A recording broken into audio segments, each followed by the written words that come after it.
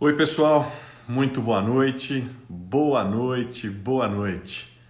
Sejam bem-vindos e bem-vindas. Hoje é segunda-feira, 20 de julho de 2020.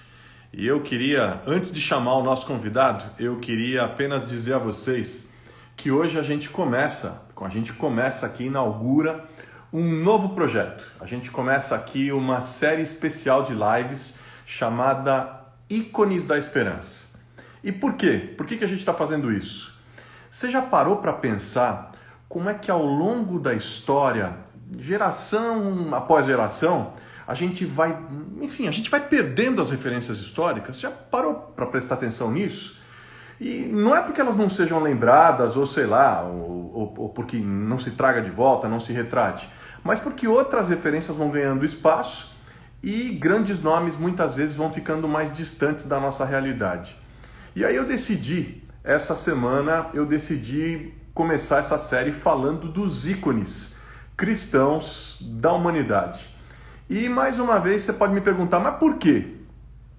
Porque a gente está vivendo um tempo em que, em razão da mídia, das redes sociais, figuras que nem no discurso, nem no gestual, nem no tom de voz, nem na elaboração de conceitos se parecem com Jesus, mas são nomes sempre lembrados quando a gente fala de evangélicos.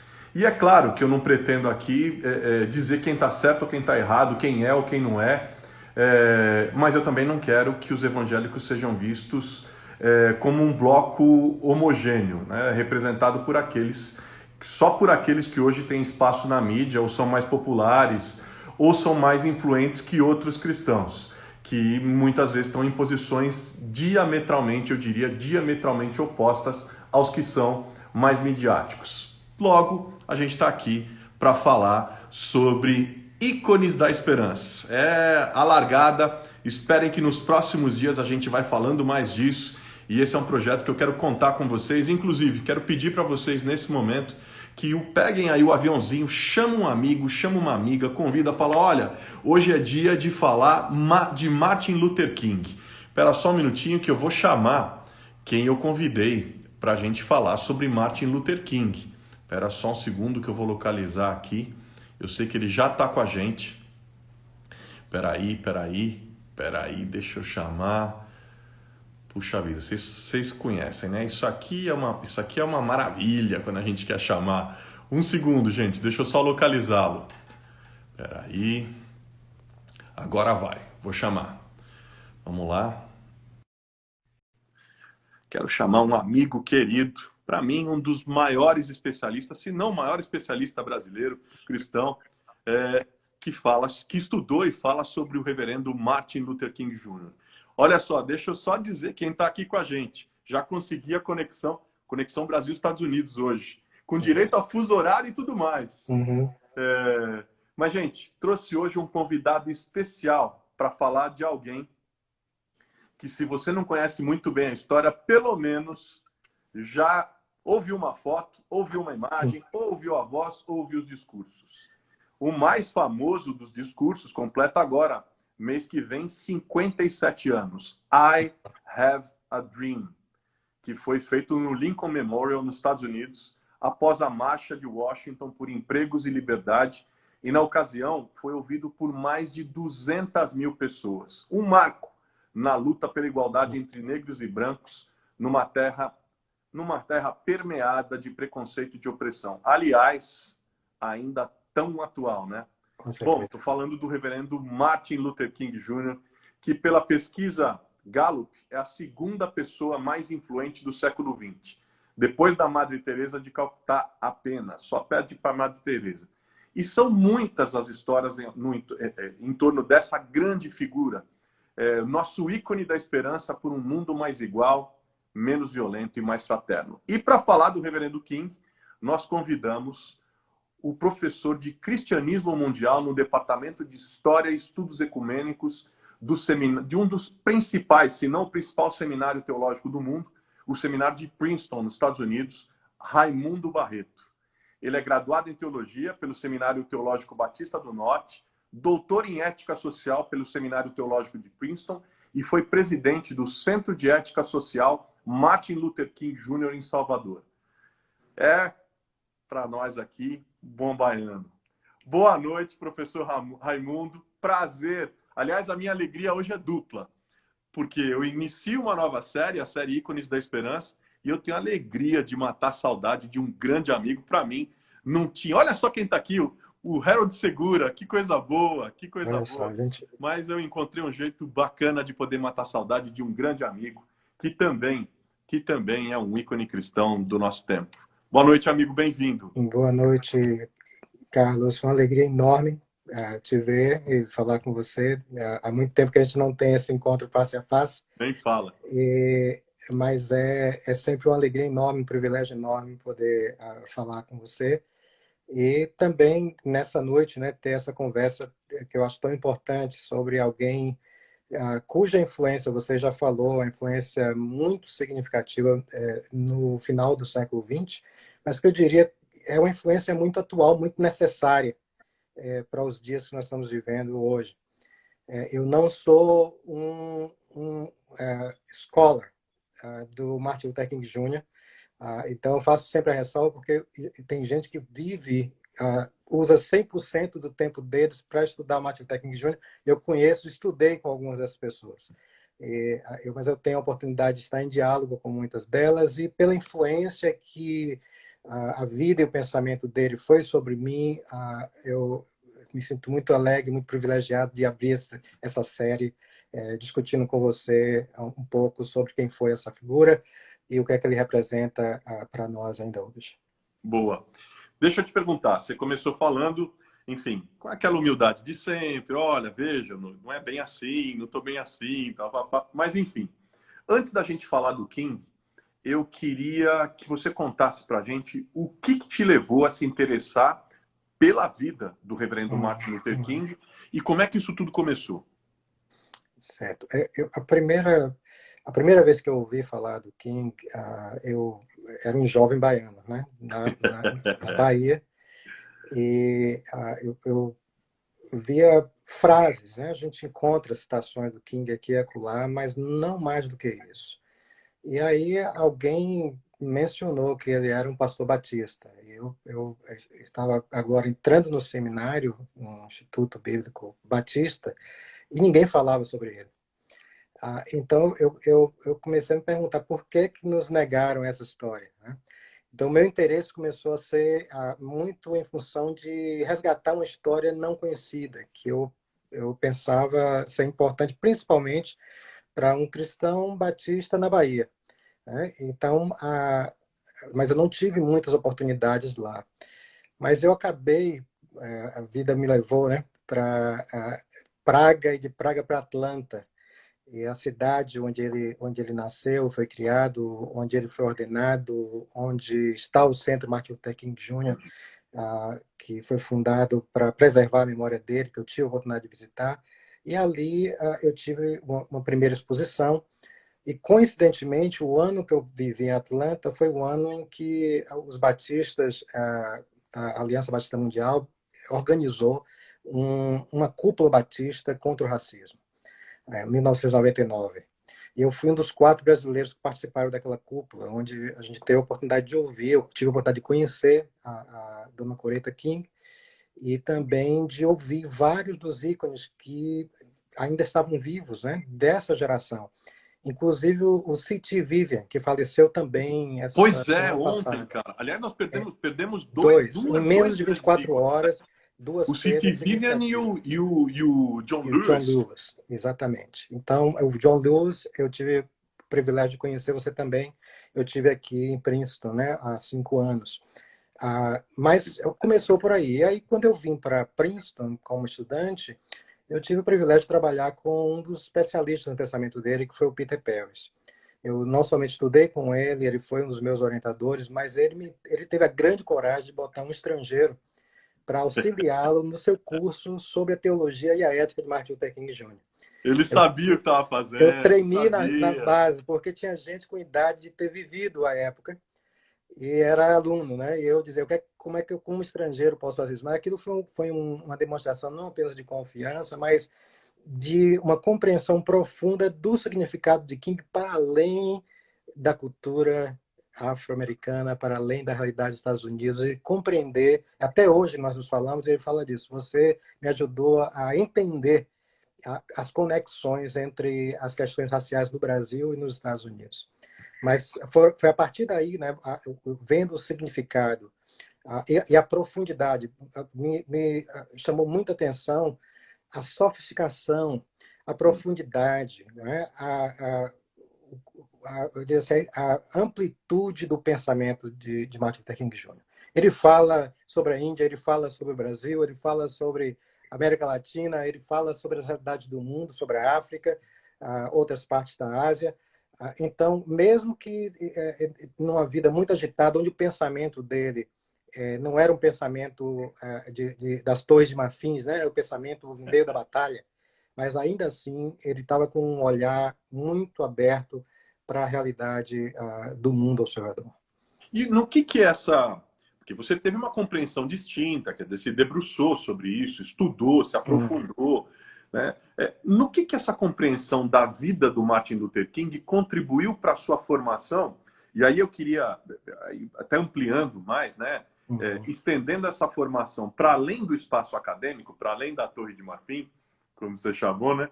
Mas sob o ponto de vista da formação cidadã e de uma consciência plena de direitos na sociedade.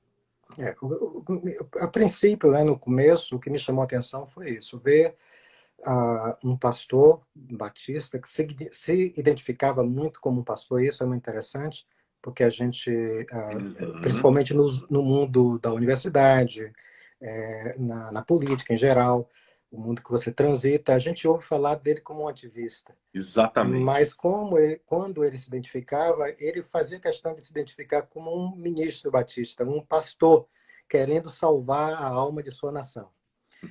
Então, aquilo foi uma das coisas que me chamou a atenção, né? O fato de ele ter um discurso para a sociedade, um discurso que fazia sentido não somente para crente, não somente para a gente da igreja, mas fazia sentido para a realidade vivida ao seu redor.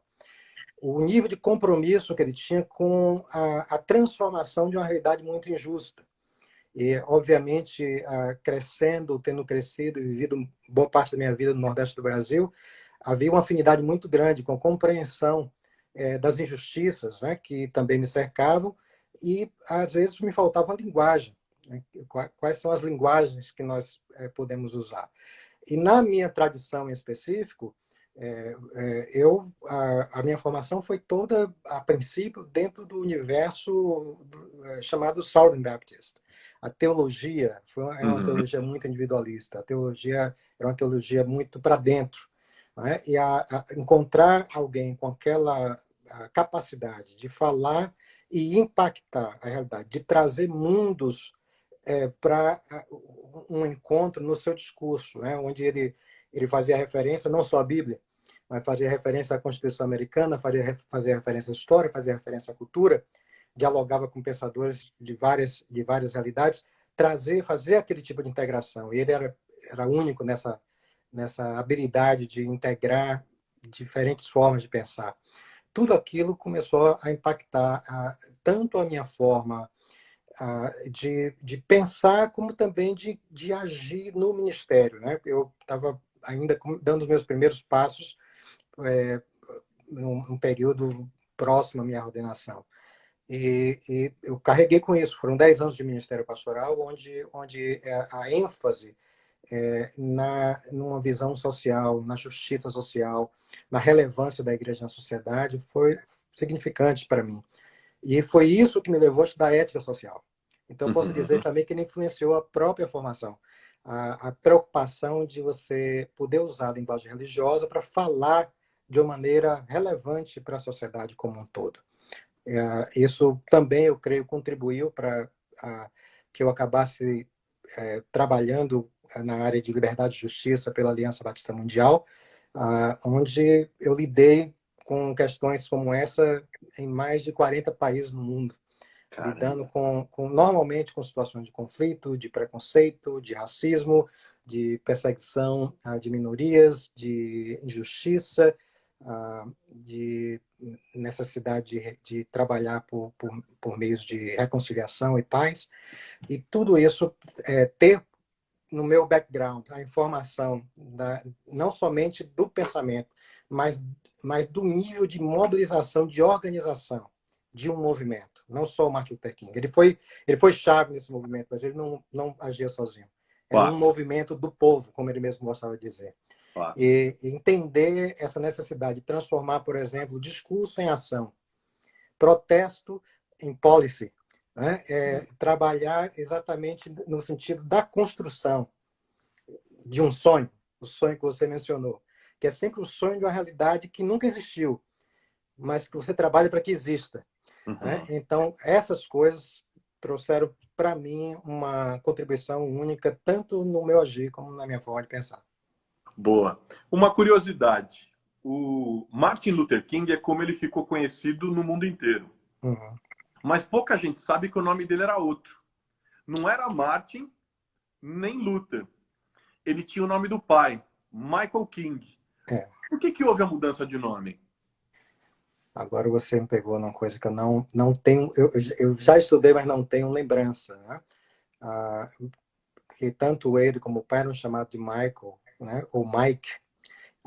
E ambos adotaram o nome de Martin Luther, né? Martin Luther King e Martin Luther King Jr. E eu confesso a você, eu vou ter que ficar devendo essa resposta, porque eu já não lembro. A gente puxa de volta no Pinga Fogo, ou Pronto. trazendo de novo para falar ainda mais. Pronto, você pode falar, porque você deve conhecer essa história e você fica à vontade para fazer o comentário sobre ela. Me diz uma coisa. Quem foi o Martin Luther King Jr.? E por que a gente deve se interessar em conhecê-lo e manter viva a sua memória, na sua opinião? Porque o que a gente está fazendo hoje, a gente está inaugurando uma nova série, né? A Ícones da Esperança, que é exatamente com esse intuito, de trazer de volta a memória de grandes figuras cristãs que influenciaram profundamente a humanidade, o pensamento, a transformação na sociedade. Na sua forma pessoal de ver, por que todo cristão, todo mundo precisa conhecer, mas especialmente os cristãos e cristãs, por que eles devem conhecer o reverendo Martin Luther King e manter viva a sua memória? O Martin Luther King Jr., ele foi, primeiramente, uma pessoa que nasceu numa época muito específica da história dos Estados Unidos. Uma época que você conhece bem, onde a segregação racial era a lei da terra. Né? Então, há muitas razões pelas quais nós precisamos conhecê-lo, mas vamos começar por aí. Tendo nascido nessa situação, ele entendia desde cedo, e ele levantou questões desde cedo, ainda como adolescente, sobre a necessidade de se pensar na dignidade da pessoa humana, do ser humano como um todo. Os Estados Unidos, assim como o Brasil e toda a América Latina também, são resultado de um processo de colonização que, juntamente com uma invasão territorial, uma exploração política e econômica, também criou uma nova, eu diria assim, uma nova ordem mundial. E essa ordem mundial, acima de tudo, se tornou uma ordem racializada. O próprio conceito de raça não existia anteriormente. E ninguém na Europa se identificava como branco. E não havia esse tipo, nem a Europa era referência para tudo. Eu já tenho falado sobre esse tema em outras lives, então não vou me delongar sobre esse tema aqui, mas esse contexto foi formador na construção dessa nação, onde eu vivo, bem como a nação brasileira, e há muitos paralelos importantes entre essas duas formações. Mas nessa formação daqui, o que a gente viveu foi uma realidade muito comum na modernidade. Uma igualdade formal, né? Que aparece já na Declaração de Independência dos Estados Unidos, que afirma que todo homem, no caso, né, mas todo ser humano, teoricamente, seria nascido em condições de criado, né, porque a ideia de um criador, uma ideia de um criador que cria em condições iguais. E essa igualdade formal, ela é transportada para as leis, mas ela não altera em nada, por exemplo, o fato de que os fundadores dessa nação possuem escravos, né? Ou seja, escravizavam outras pessoas humanas. Que a escravidão foi legal, que o genocídio dos povos indígenas foi legal. Tudo isso foi justificado com base na construção de uma visão racializada da realidade, que colocava o ser europeu branco, agora definido como branco, no topo dessa cadeia. E todos os demais faltando alguma coisa, então criando uma sensação de superioridade branca e inferioridade não branca, né, dos povos de cor, como eram chamados. Essa realidade, no caso americano, ela gerou uma situação bruta de escravidão, que foi revertida de uma maneira quase que final na Guerra de Secessão, né, na segunda metade na metade do século XIX, mas que não resolveu o problema dessa visão hierarquizada das raças. Então, o que aconteceu foi que a gente tinha uma formalidade agora de igualdade, mas uma realidade de desigualdade e injustiça, onde se criou maneiras de se burlar a Constituição, através de leis, através de decisões judiciais, inclusive do Supremo, que tornaram legal, por exemplo, se dizer que era possível tratar a igualdade a partir da separação, separados mais iguais. Foi o que permitiu a ideia de uma segregação racial. Na segregação racial, então, a formalidade de que são iguais, mas as condições dessa igualdade, na verdade, são bastante injustas. A superioridade branca prevalece tanto no aspecto econômico, falta de oportunidade para crescimento, para educação, para um sustento digno das famílias, da maioria das famílias negras. E no caso do Sul, essa separação é tão radical que ela impede, inclusive, o uso dos mesmos espaços públicos. Questão do transporte público, áreas de refeição, cinema, igrejas, tudo isso é separado. E é também justificado teologicamente. Né? Há uma justificativa Aliás, teológica você está de fazendo uma tudo observação isso. extremamente importante, né? É. Porque a gente acha que isso estava, que a igreja estava à parte disso, né? Que Não. os cristãos estavam à parte, que eles nem se davam, ou muita gente ingenuamente acha que não se davam conta. Quer dizer, tanto a escravidão quanto essa política, aliás, assim como a política do apartheid na África do Sul, quanto Também. essa política de segregação, sempre tiveram defesas teológicas calorosas. Né? E é isso que isso é muito importante a gente destacar, porque isso evita visões simplistas da igreja, né, do cristianismo e da fé, porque em todas essas batalhas o que a gente vai encontrar é isso, vai encontrar justificativas teológicas para o apartheid, justificando e realmente tornando o apartheid legítimo do ponto de vista teológico, e uma luta contra o apartheid também inspirada pela fé. Né? Então, o Desmond Tutu, o próprio Mandela e outros, aqui a gente encontrou a mesma coisa. Houve sempre uma resistência, né? Mas a resistência suprimida de maneira muito, eu diria, bruta e até eficaz. Era o caso da situação em Montgomery, onde Martin Luther King, com 26 anos, vai ser pastor. Martin Luther King era alguém com muitas aspirações, estudou, fez doutorado em Boston, teve a oportunidade de se tornar um professor, preferiu voltar ao Sul e não a Atlanta, onde seu pai já era pastor, onde ele tinha influência, onde havia uma igreja para ele pastorear, onde havia um college para ele ensinar.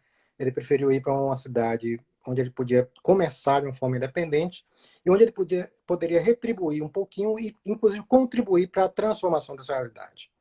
Então, essa chegada dele, ainda um menino com 26 anos, numa situação altamente difícil. A esposa dele, inclusive, não queria ir, porque dizia assim, agora que ela formou em música, ela tinha toda a liberdade né, de também prosseguir com a carreira no norte, e agora ela é levada de volta para o sul. Ela resistiu a isso, mas a grande questão para ele era retribuir. O que é que eu posso retribuir em termos do privilégio que eu tenho tido para poder ajudar a transformar essa realidade? Essa perspectiva dele, eu acredito que foi o que trouxe as condições para que ele acabasse no olho do furacão, num movimento de grande transformação social. Martin Luther King foi levado em Montgomery a participar de uma reunião para responder à prisão de Rosa Parks. Rosa Parks sendo uma senhora que tinha sido presa porque se recusou a ceder o seu assento para uma pessoa branca num ônibus. Se você conhece como era a lei da segregação, 10 assentos eram separados, 10 filas de assento, né? 10 carreiras de assento eram separadas para as pessoas brancas. As pessoas negras começavam a sentar-se atrás.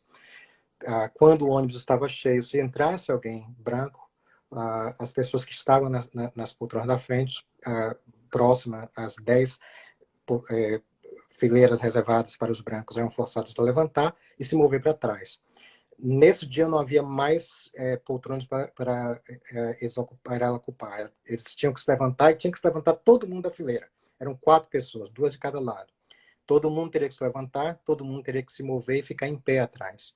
3 pessoas se levantaram, ela se recusou a se levantar. Aquilo gerou, não foi a primeira vez que alguém foi preso, mas sua prisão gerou indignação. Uma reunião que acabou acontecendo na igreja desse jovem pastor, um movimento que surgiu, um boicote que era para ser de um dia, se transformou num boicote de quase um ano, e que de ambições simples, eram essas as questões, e ele fez parte da articulação dessas ambições, que era simplesmente o tratamento justo dentro do modelo segregacionário, ou segregacionista. Né? Eles não queriam acabar com a segregação, não usavam tanto. Eles queriam simplesmente que, mesmo numa situação de segregação legal, houvesse alguma dignidade no tratamento dessas pessoas e que se mudasse a ordem de se encher os ônibus, começando de trás para frente, não da frente para trás. Isso, do nada, de um pouco, foi gerando uma resistência grande. O pouco que eles pediram não foi dado. A indignação foi aumentando e de um movimento local isso se transformou no epicentro que trouxe abaixo as leis segregacionistas, primeiramente no âmbito do transporte público de Montgomery, no Alabama, mas posteriormente em todo o Sul. Isso lançou King. Isso que eu queria te perguntar, sobre isso eu queria te perguntar, porque isso acabou gerando, enfim, teve um impacto nacional e internacional. O Moisés está perguntando aqui se a live vai ser salva depois, porque ele não conseguiu ver o começo. Quem está chegando agora, as lives todas ficam salvas no meu canal. Até peço a vocês, convido vocês a se inscreverem lá no canal. É youtube.com/Carlos Bezerra JR Oficial. youtube.com/Carlos Bezerra JR Oficial. Você pode se inscrever e pode acompanhar as lives por lá. Hoje a gente está lançando uma nova série, que é Ícones da Esperança, e a gente está aqui com o professor Raimundo Barreto, falando direto dos Estados Unidos.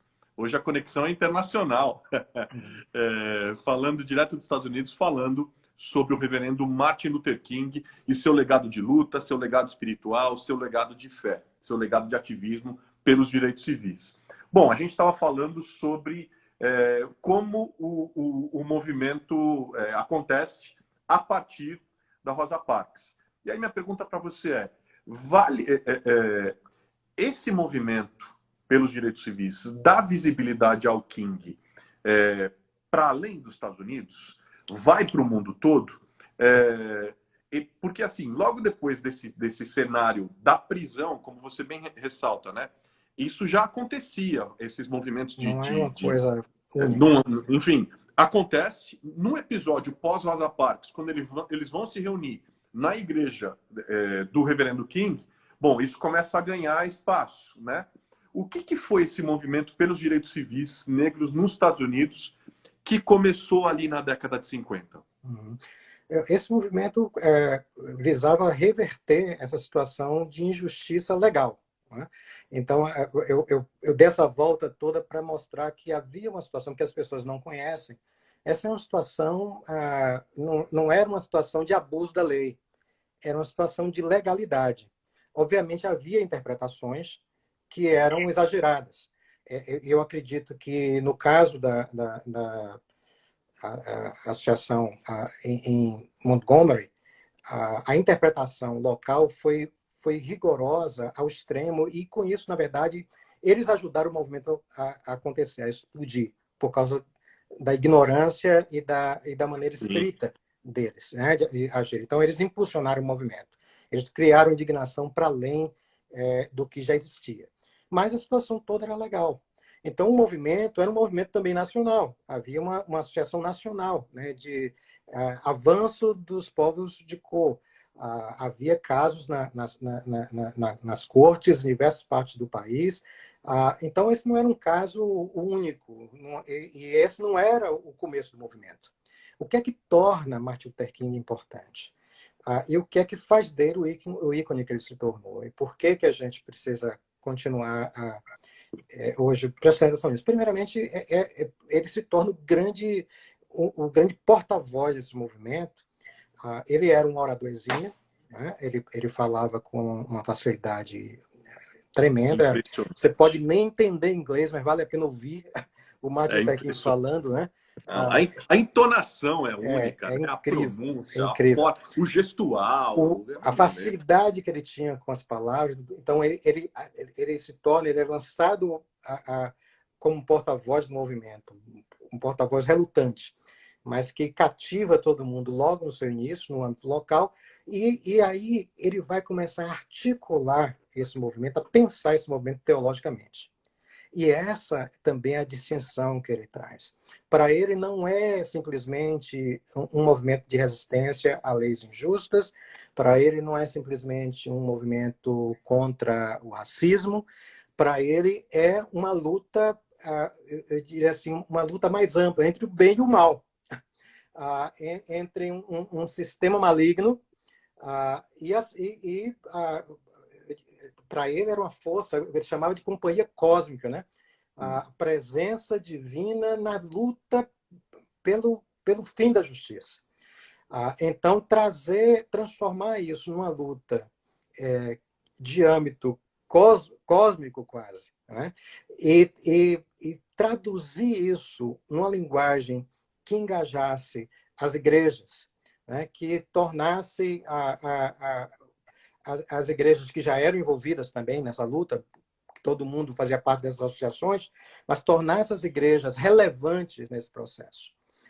Eu acho que ele foi único em termos da capacidade de articulação que ele tinha para fazer isso. E logo, logo, sua voz estava atingindo o Estado, né? Isso é um movimento que ele começa, a resistência, a luta dele é uma luta bem local. Quando esse movimento passa de uma semana, um mês, vai ganhando notoriedade nacional, estadual e nacional, a imprensa começa a cobrir, e aí logo ele é identificado com um mês ou dois dentro do movimento, ele é identificado como porta-voz, ele começa a dar entrevista, encantar todo mundo, e nas suas articulações ele é muito cuidadoso com o que ele está falando. Então, por exemplo, para ele esse movimento não pode ser estimulado pela retribuição ou pelo ódio. Não é apenas, não é vingança. Ele não quer retribuir a violência que eles vêm sofrendo. O que ele quer é superar essa situação de injustiça e promover uma ordem justa. Para isso, ele acha que o amor cristão deve ser o coração desse movimento. Você está tocando numa coisa importantíssima, Raimundo, porque tem um pilar fundamental que diferencia o King e o movimento que ele lidera completamente de todos os outros movimentos, especialmente dos movimentos negros, naquela conjuntura em que ele vive. Porque ele desponta como uma liderança que prega a não violência, né? Era um grande contraste, por exemplo, com outro grande líder, que era o Malcolm X, né? era uma grande diferença com relação às Panteras Negras, e que eram movimentos também muito articulados, muito presentes, e que iam numa outra linha. Né? Mas ele se destaca por essa coisa da resistência pacífica, da não violência. Por que esse discurso pacificador do reverendo Martin Luther King foi tão necessário para aquela época?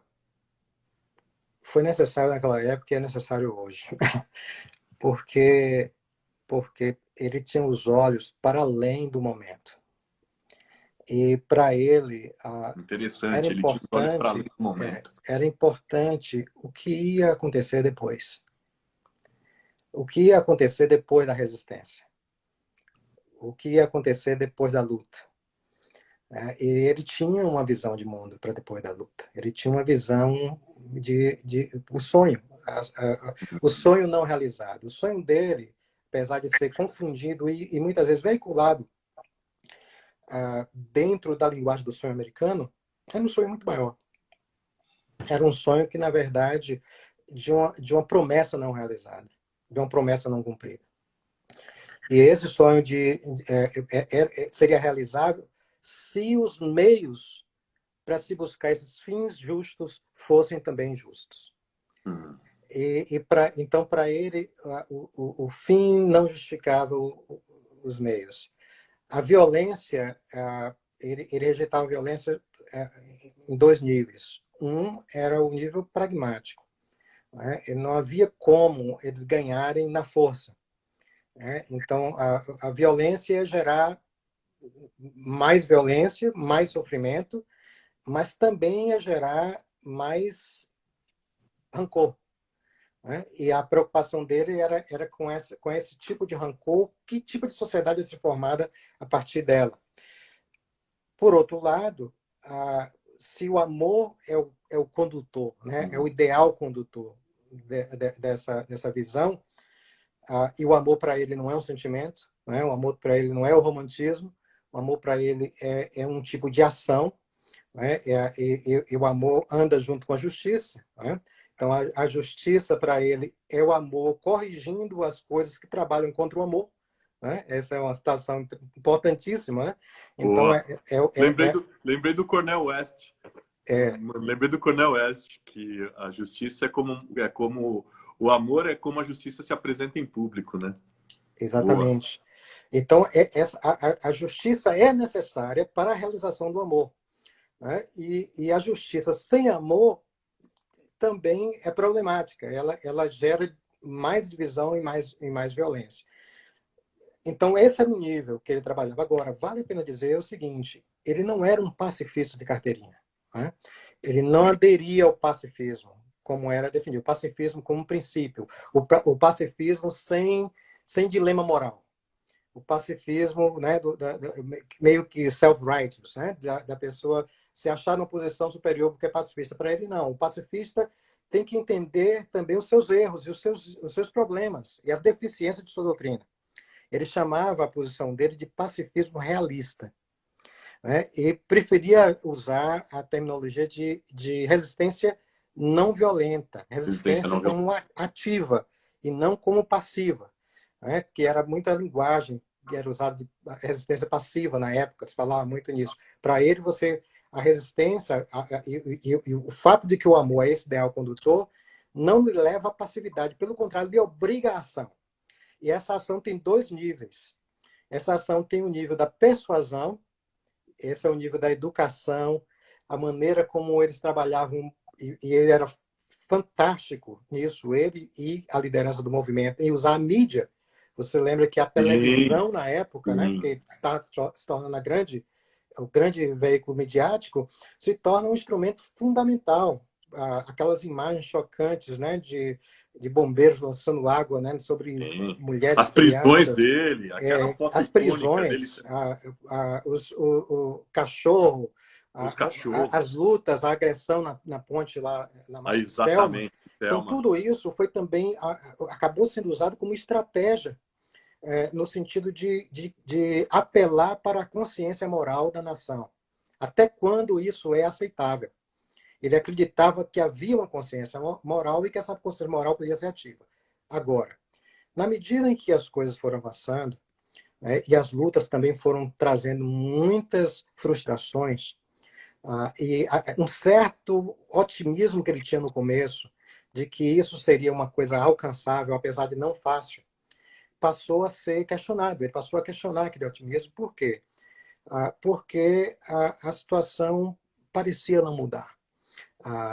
Há o caso daquelas meninas que são assassinadas, né? Um atentado na igreja. Há situações que persistem, a violência contra o pessoal do Freedom Rights, da Freedom Rights, a violência que não deixa de acontecer. Quando ele está recebendo o prêmio Nobel da Paz, no discurso dele, ele faz referência à violência que aconteceu ontem, né? Que continua acontecendo. Ele diz assim, ele se sente até em conflito em receber o prêmio Nobel da Paz, em 1964, e o conflito continua, a violência continua. Então, qual o sentido disso? E aí ele vai chegar a um ponto onde ele vai dizer, olha, o sonho que eu mencionei em 63, isso já um ano, no último ano de vida dele, em 67, Natal de 67, aquele sonho virou um pesadelo. Né? E aí ele traz uma face mais deprimida. E aí ele começa a questionar exatamente até onde a não violência vai produzir resultados. E mostrar como a não aceitação da não violência vai gerar uma revolução violenta. Então, nesse momento, a gente vê um King em conflito. Só que o mais bonito que eu acho nele é que, mesmo nessa situação de profundo conflito, de um sofrimento, uma angústia pessoal incrível, que é testemunhada por quem estava ao redor dele, ele diz assim, mas eu ainda tenho um sonho. Né? E ele passa metade daquele sermão explicando o que é esse sonho e por que ele tem esse sonho. Então, para ele, a luta, ela não acaba. A luta não tem fim, apesar das decepções. E por quê? Por causa daquela convicção que eu mencionei antes. Porque para ele, no final das contas, eles não estão sós nessa luta. Há uma companhia divina. No fundo, Deus está do lado da justiça e daqueles que lutam pela justiça. Então, mesmo quando você não está vendo os resultados acontecendo, ainda assim, vale a pena lutar pelo que é justo, pelo que é correto, pela verdade. Uau! Você sabe que enfim, que um pensamento meu que eu sempre repito, nesses momentos de tensão, nesses momentos, eu diria até de angústia, de frustração, né? Muitas vezes por ver a luta, porque a luta ela é contínua, né? A gente avança e daqui a pouco a gente é obrigado a retroceder e ela é contínua, né? Mas eu sempre digo que uma crença que eu tenho é que Deus se move misteriosamente na direção da justiça. Se move de formas que a gente não pode prever, se move de formas que a gente não consegue ver. Ele sempre se move de maneira misteriosa na direção da justiça. E esse final de semana também foi comemorado o Dia Mundial o Mandela Day, o Dia do Mandela, né? E eu fiz um cumprimento ao Mandela, até me chamou a atenção. Foi muito respeitosa, inclusive, a manifestação de uma das pessoas que me segue e tal, e essa pessoa mandou uma mensagem para mim e falou assim: mas meu Deus, como é que você... Poxa, eu te respeito tanto, gosto tanto de você, das coisas que você fala, e te acompanho diariamente nas lives. Tal. Como é que você comemora, como é que você celebra a vida de um terrorista, de alguém que matava, que executava as pessoas e tal? Aí eu parei, sabe? E como sempre, eu acho muito importante a gente conversar com todo mundo, né? A gente está vivendo um momento de revisionismo histórico, onde as histórias estão sendo mudadas, onde as biografias estão sendo mudadas. O King sofreu muito isso, né? A tentativa de se desconstruir a biografia dele, aqueles outdoors, né? Olha, uma escola de comunistas, de doutrinação comunista. Aliás, esse negócio de chamar de comunista, essa coisa de chamar de comunista antiga, né, para tentar demonizar o outro. O próprio reverendo Martin Luther King sofreu isso. E aí eu devolvi para aquela pessoa, falei: sério, você acha mesmo que o Mandela é um terrorista? Como é que alguém que passou, me explica uma coisa, como é que alguém que passou quase 3 décadas na prisão, quando sai da prisão e todo um país espera uma revanche racial, ele é capaz de conciliar esse país, de pacificar esse país e de conduzir essa nação para um outro patamar de entendimento entre o seu próprio povo, né? Para uma outra percepção de sociedade. Isso, nenhum terrorista é capaz de fazer isso, inclusive pela via democrática, que é aquele dia que ele foi eleito. Mas, enfim, por que eu estava dizendo isso? Porque eu lembrei do Mandela e eu queria te perguntar, porque o Mandela também foi uma figura muito importante na luta em defesa dos direitos dos negros no mundo todo. Se você pudesse destacar diferenças, de que diferenças você destacaria entre o King e o Mandela? Então, eu creio que a pergunta sobre Mandela também responde à sua própria pergunta anterior, que ele tanto foi influenciado pelo que estava acontecendo no mundo na época, ele estava muito consciente, por exemplo, do que estava acontecendo na África do Sul, como também um exemplo da luta norte-americana e os sucessos que ele começaram a ter, e a própria premiação, reconhecimento dele no mundo, os tornou também uma inspiração e um exemplo para lutas no mundo inteiro. Eu tive a oportunidade, por exemplo, de estar na Ucrânia durante o aniversário de 50 anos da marcha, né? Você esteve lá? Eu estava lá, e na Ucrânia eu participei, né, de um momento de celebração, de comemoração daqueles 50 anos. Então, na Itália, ou em vários países africanos, ou na América Latina, no Brasil. Então, ele era uma pessoa muito consciente de que havia uma revolução global, né? Para ele era um momento, era o zeitgeist, né? O espírito do tempo era um espírito de evolução, de grande transformação. E essas lutas para ele estavam interconectadas. Agora, obviamente, há diferenças. Mandela não era um líder religioso. Mandela era um líder político e que foi supresso ainda cedo, né? E preso, como você mencionou, mas que no decorrer de 27 anos foi capaz de desenvolver uma liderança moral impressionante. Eu já estive na África do Sul também. Né? E é impressionante o impacto que existe até hoje quando se fala da figura de Mandela. Apesar de todas as limitações e críticas que ainda há, inclusive com tantos retrocessos que têm acontecido também na África do Sul nos últimos anos e tudo mais.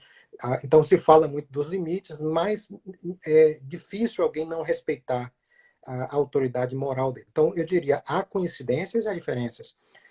Como coincidência, eu diria que a capacidade de Mandela pensar na nação como um todo, não pensar no revanche, né? Na tomada de poder e revanche, mas vamos pensar isso faz muito parte da filosofia de King, a mútua compreensão e a reconciliação, né? Então são termos que também são fortes quando você trabalha a questão de verdade e reconciliação, né? A comissão liderada pelo Desmond Tutu, você tem que admitir lidar com os fatos duros e difíceis, mas a gente tem que caminhar como nação e se descobrir como nação para além disso, para além desse terrorismo, que foi um terrorismo de séculos, mas com muita gravidade, especialmente no século XX. Martin Luther King também tinha esse tipo de visão.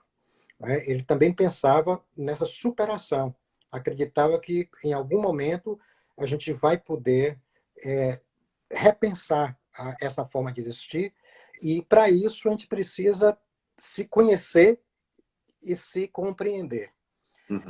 Então, isso obviamente num movimento que tinha muitas faces, gerou críticas. A princípio, a relação dele com Malcolm X, por exemplo, é uma relação tensa. Sim. Mas perto da morte de Malcolm X, já em 64, quando King está preso em Birmingham, o Malcolm X visita a Coretta King, eles trocam mensagens, eles estão tramando juntos uma resolução na ONU de condenação da situação dos Estados Unidos. O James Cone, que é o grande teólogo, né, que se alimenta dos dois de certa maneira, ele fala que eles caminhavam numa convergência. Então, sim, o Malcolm X começava a compreender a necessidade de King e o discurso de King como um discurso amplo de integração, mas não integração simples ou fácil, e King começava a entender os limites também de uma revolução não violenta. Uhum. Então, um acabava sendo necessário ao outro. Ao outro. Até porque alguém dizia assim, se você não quiser ele, o próprio Malcolm X pensava assim, olha, se vocês não ouvem a ele, vão ter que lidar comigo. Né? E aí era uma situação de complementaridade, né? Nessa luta. A luta é, acima de tudo, e a gente tem que frisar sempre isso, é uma luta por justiça racial, né? É uma luta contra o racismo. Isso precisa ser dito hoje, porque essa é uma luta que permanece nas ruas aqui, e o John Lewis, que nós mencionamos no começo, eu diria, foi essa ponte entre Selma, Alabama, a marcha de Selma por direitos civis na época e as lutas por direitos de voto das populações negras que continuam tendo seu voto suprimido hoje, o Black Lives Matter, a importância de se reconhecer o valor da vida negra. Ele para mim, é esse ícone que faz essa ponte. Por quê? Porque ele demonstra que aquela luta não terminou. Né? Aquela luta continua. E ele Inclusive, aponta o queria te caminho para a perguntar nova uma geração. coisa. O King, qual o valor do King para hoje? O que ele nos diria hoje? E o que ele teria a dizer para o Black Lives Matter hoje? Qual a importância do King nesse momento? Né?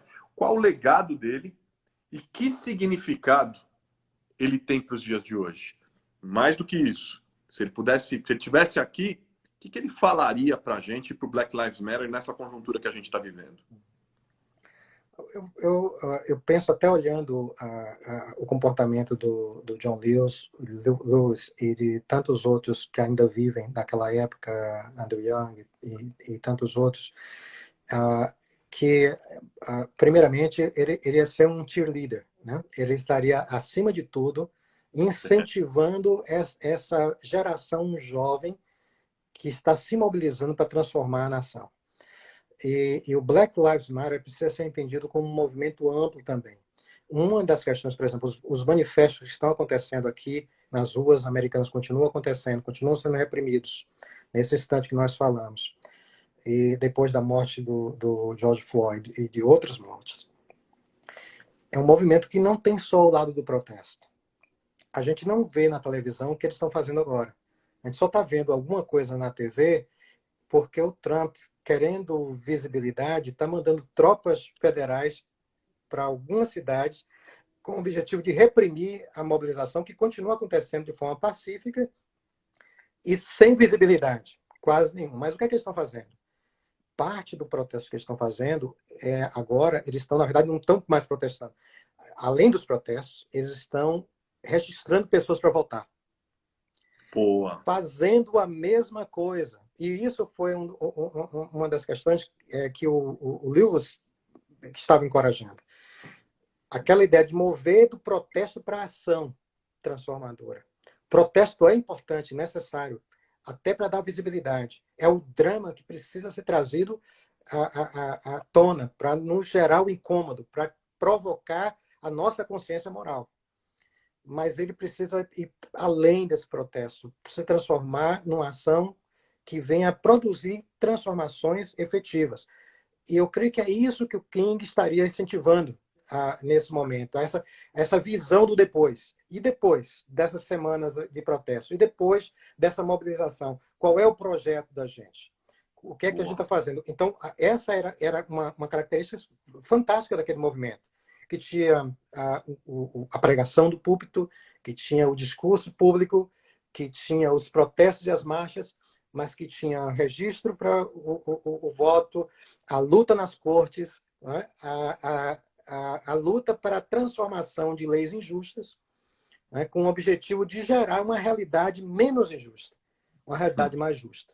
Então, eu diria, o King estaria incentivando, mas estaria também lembrando, fazendo essa lembrança e daí, né? E o que vem a partir daí, desse momento? Que tipo de nação nós estamos construindo?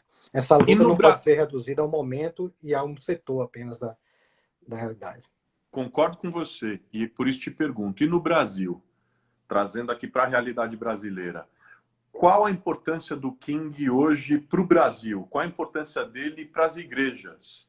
Aliás, eu seria ainda mais específico. Qual a importância do King, a importância do reverendo Martin Luther King para a igreja do século XXI? A importância dele continua sendo tremenda. Ele foi talvez um dos maiores profetas cristãos no século XX, né? Se não o mais a voz mais retumbante, né? mais ouvida, a voz que teve a coragem de contestar, por exemplo, a partir da cadeia de Birmingham, a impaciência, né, dos brancos moderados e progressistas, daqueles que têm o luxo de dizer as coisas vão mudar com o tempo, por que vocês estão apressando isso?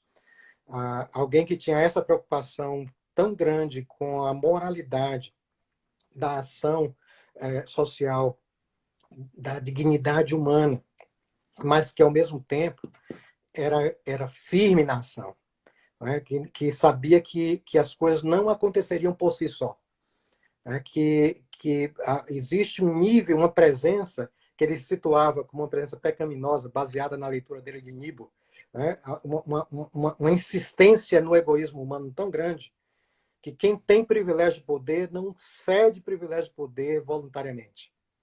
Então, a necessidade daqueles que se sentem oprimidos de realmente lutarem para forçar a mão, né? Forçar essa situação.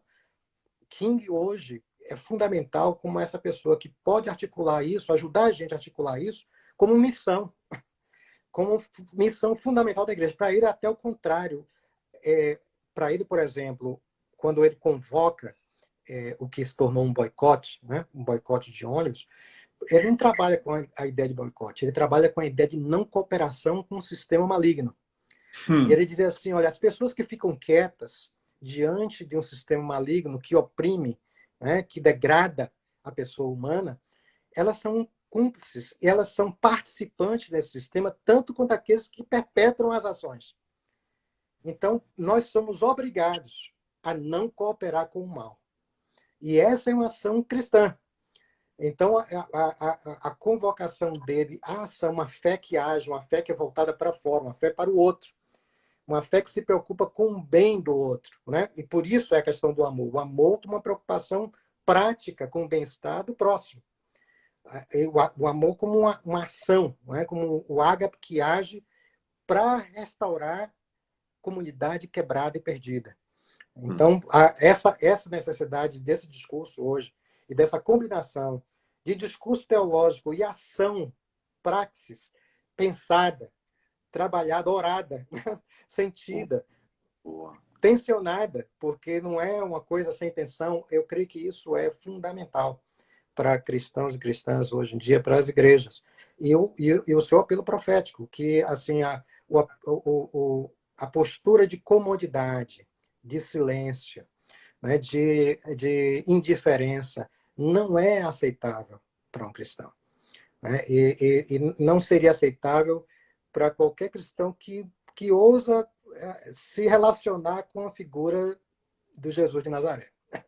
Boa. Ele não consideraria isso aceitável, e não é.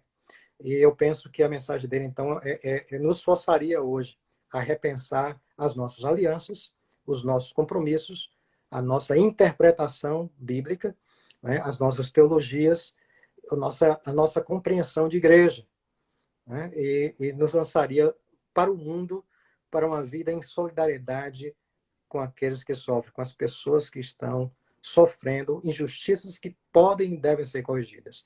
Como Dom Helder Câmara falava, eu mencionava o Dom Helder Câmara porque ambos tinham com atender os feridos, né, as vítimas das injustiças, e eram conhecidos pela sua ação para com as pessoas mais vulneráveis e mais marginalizadas, mas também ambos tiveram ousadia de se perguntar pelas causas. E entenderam que a missão da igreja inclui também o se perguntar pelas causas sistêmicas do sofrimento e da injustiça. Então, ambos tinham a noção de que existe um mal sistêmico. E no caso de King, ele viu isso como um mal que era interconectado. Então, para ele, a justiça, tanto a justiça como a injustiça, são indivisíveis. Então, o mal do racismo, por exemplo, o racismo era uma realidade e é uma realidade. Mas para ele não podia ser enfrentado somente no âmbito racial, mas também no âmbito da justiça econômica, da injustiça econômica, da pobreza. A marcha que ele tinha planejado, que ele nunca realizou, era uma marcha contra a pobreza. Isso é muito interessante, inclusive, que você está lembrando, né? Porque o King começa no debate dos direitos civis, da questão racial, ele avança com relação à luta pela paz contra a guerra, Sim. que naquele momento os Estados Unidos travavam, e aí imediatamente parte para a luta contra a pobreza, denunciando a miséria, vai na luta contra a pobreza, como pensamento estratégico. Exatamente. Mesmo, para ele, essas integral, três faces de um mal sistêmico não estavam desconectadas. Por isso que ele fala da violência norte-americana contra os vietnamitas. E ele se posiciona contra a guerra num momento em que era a coisa mais perigosa que ele podia fazer. Né? Porque a essa altura, quando ele começa a posicionar contra a guerra, ele já é um nome respeitadíssimo. Exatamente. Ele já é visto como um sucesso. Ele já é admirado e cortejado por políticos. E o próprio presidente Johnson, que também se sente quase o vê como um parceiro. E, de repente, ele tem a ousadia de criticar a violência norte-americana no Vietnã. E quando ele faz isso, ele é criticado pelos próprios colegas. E ao ser criticado pelos colegas, ele responde de uma das citações que eu gosto muito dele. Ele diz assim: eu passei a minha vida inteira lutando contra a segregação, né, da social, racial. Eu não posso segregar minha alma. Ele disse, e a justiça é indivisível. A injustiça em um lugar é uma ameaça à justiça em todos os lugares. Então, essa percepção da amplitude desses sistemas de opressão era algo também que ele trouxe de uma contribuição importantíssima que ele traz, né, para as discussões. E que conecta as nossas lutas, a luta no Brasil, as lutas daqui, as lutas na África do Sul, faz com que a gente tenha que pensar, por exemplo, da mesma forma como a gente está pensando aqui, por que o Covid-19 está afetando muito mais negros e latinos aqui do que brancos, desproporcionalmente. Sim. Por que no Brasil a gente está vendo essa realidade também com a população negra, com indígenas? Não é? Qual a nossa resposta a isso? Não é? E qual é a nossa responsabilidade? E a responsabilidade como cidadãos, cidadãs, responsabilidade como cristãos, se nós levamos a sério, né, o chamado cristão. Então, essas coisas, essa dimensão profética da fé, que ele conectava tanto a uma herança já trazida da própria igreja negra. E essa é uma realidade que, na verdade, a gente não tem aí. Uma igreja já engajada e nascida dentro de uma realidade de opressão. Nós temos, mas não com essa distinção que se formou na Igreja Negra, que foi a principal instituição de articulação do movimento negro aqui. Então, a partir dessa realidade da Igreja... Porque é o mesmo que acontece na resistência contra o apartheid na África do Sul. É interessante. E é interessante também o detalhe, a curiosidade do detalhe de que a religião mais negra do Brasil é a religião evangélica, né? E aí que está, a grande questão é essa. Todas as reuniões iniciais aconteceram onde? Em igrejas. Na igreja, é verdade. Muitos dos líderes eram pastores. Sim. Então, as associações de ministros estavam envolvidas.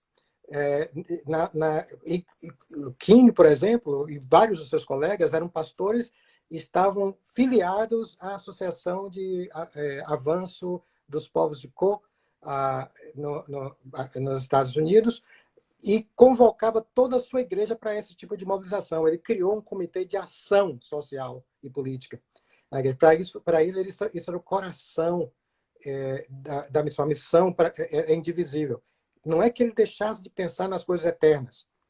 Ele dizia que não há uma coisa sem a outra. Não há céu sem terra, terra sem céu.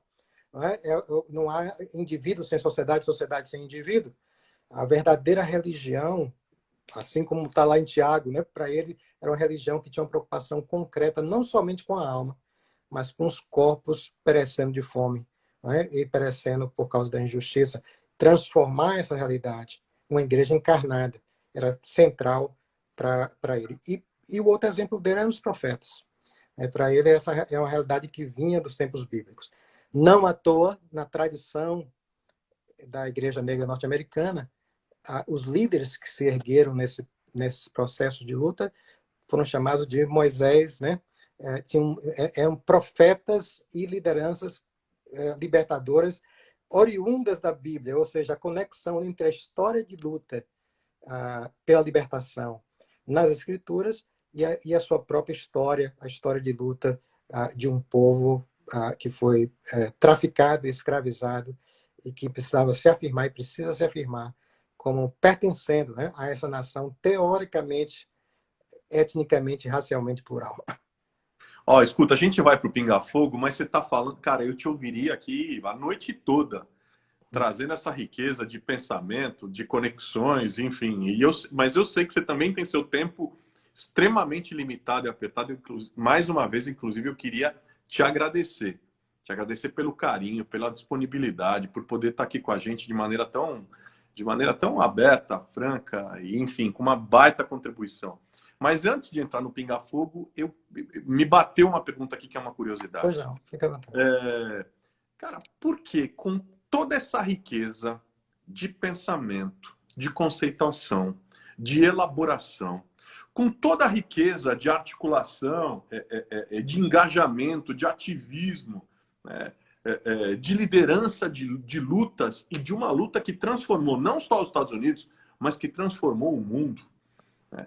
Por que é que o reverendo Martin Luther King não é figura presente, por exemplo, na maioria dos seminários protestantes? Por que se fala tão pouco do legado do reverendo Martin Luther King? Essa é uma realidade geral dos seminários? Por que é que a igreja protestante fala tão pouco do reverendo Martin Luther King? Essa também é uma realidade geral da igreja? O que acontece?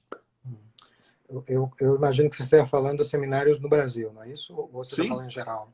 Não, no Brasil. É uma realidade brasileira. A história do protestantismo no Brasil tem um viés. Você tá aí. A questão tem um viés interessante porque, na verdade, o chamado protestantismo de missão, que eu diria assim é o que gerou grande parte das igrejas evangélicas e mesmo igrejas pentecostais nasceram de rupturas, muitas delas de rupturas dentro desse ambiente, né, evangélico surgido a partir das missões segunda metade do século XIX. Elas são, na sua maior parte, oriundas do sul dos Estados Unidos.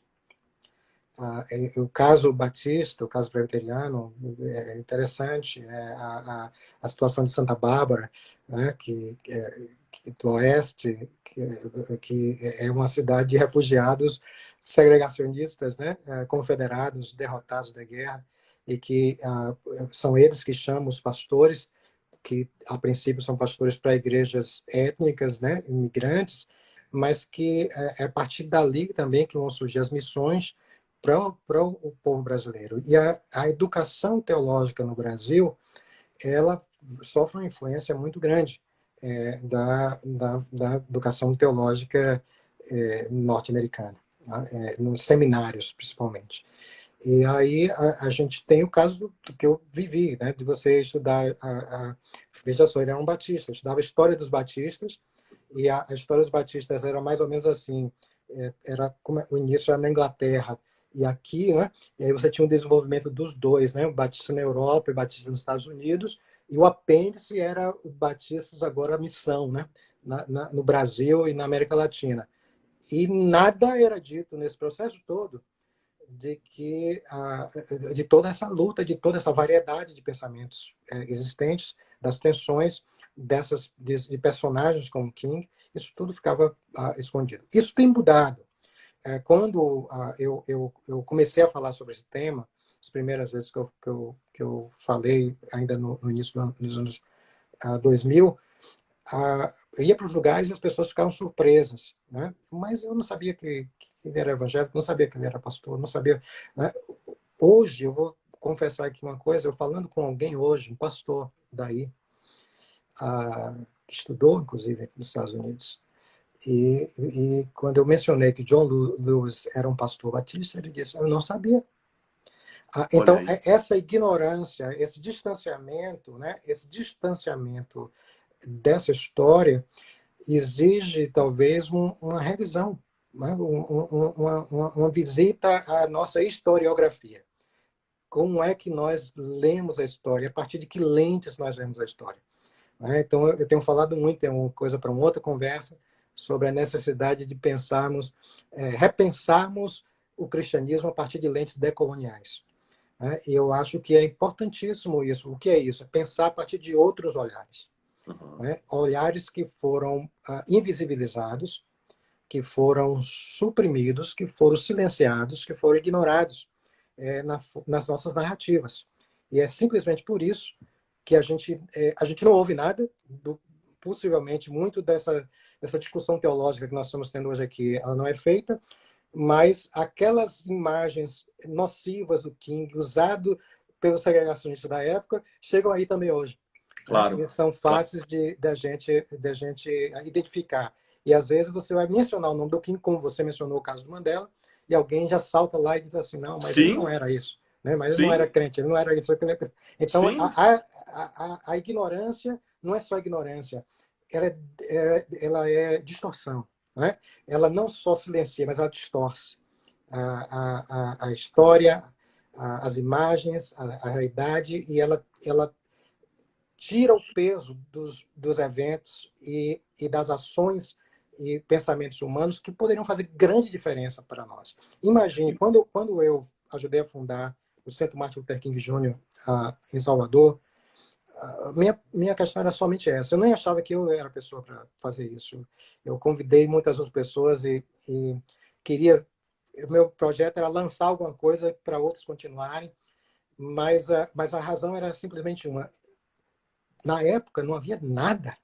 Não havia referência nenhuma ao nome dele. Não havia nada que eu conhecesse no ambiente cristão teológico na época que tivesse menção ou que discutisse a questão da teologia negra norte-americana, que discutisse a história da igreja negra nos Estados Unidos, ou que discutisse as contribuições teológicas que a gente recebia, que a gente poderia, com as quais a gente poderia dialogar, vinda de outras vozes, senão aquelas vozes dominantes que estavam nos livros que nós estudávamos no seminário. Impressionante, impressionante. Essa é uma realidade, assim como é a realidade também desses detratores de plantão, né? Uhum. Sempre tem um detrator de plantão quando alguém começa a se destacar numa luta, e eu acho que a minha sensação é que isso tem o objetivo, essa tentativa da desqualificação da pessoa, uhum. Essa tentativa da desconstrução da biografia, do atingir a honra, né, de grandes figuras, como, por exemplo, do Martin Luther King, do próprio Mandela, como eu citei agora. Eu me lembro de ter lido cartas que o John Wesley trocou com William Wilberforce, uhum. que era o grande ator naquele momento no parlamento inglês, na ação contra a escravidão, contra o uhum. tráfico enfim, de pessoas naquele momento, o tráfico de escravos, né, na Inglaterra. Mas ele, nas cartas dele, destacando isso. Se prepare porque vão tentar desconstruir sua biografia. Se prepare que a violência que você vai sofrer para além da possibilidade da violência física, essa violência da desconstrução moral mesmo, Uhum. né? E para mim tem sempre um único objetivo, né? É atingir a causa que aquele ou aquela representam, né? Que aquela Deixa eu só voz pegar um representa. ponto nisso aí, porque é importantíssimo o que você está falando.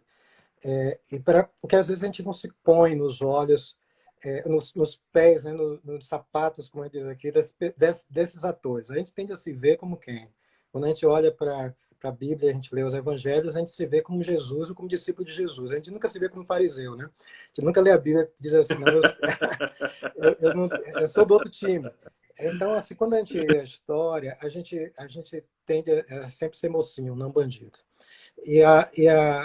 Essas estratégias que você mencionou foram as mesmas estratégias usadas para, para desmoralizar o movimento. Veja só, com um mês do boicote, um boicote iniciado como um movimento local popular em Montgomery, começaram a surgir cartas, né, ou panfletagem, mensagens de que esse era um boicote feito por agitadores de fora. Hum.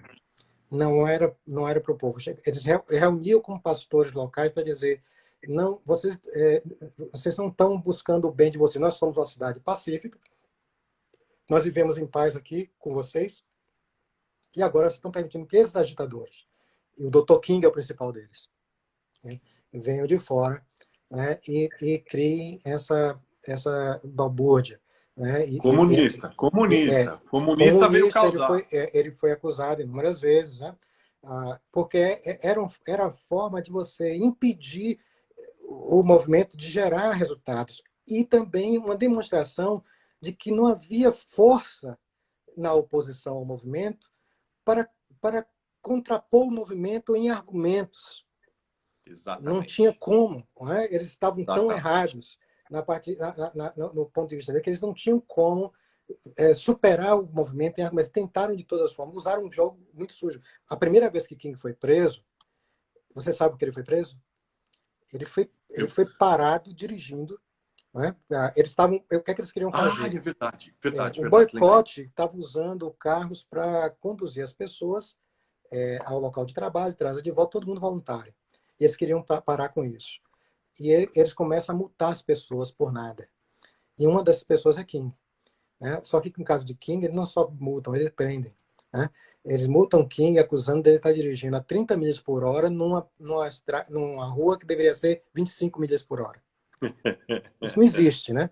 Ah, mas ele é preso e ele só é liberado porque a multidão, quando sabe disso, se junta na frente da prisão e eles começam a ficar com medo de que vai haver uma revolta. E aí eles o liberam, mas ele depois é julgado e condenado a pagar uma multa. Mas essa é uma forma de você desconstruir. Né? Claro. Era uma maneira de você desconstruir a liderança desse rapaz de 27 anos que está articulando de forma tão bonita e de forma tão sofisticada a filosofia de um movimento.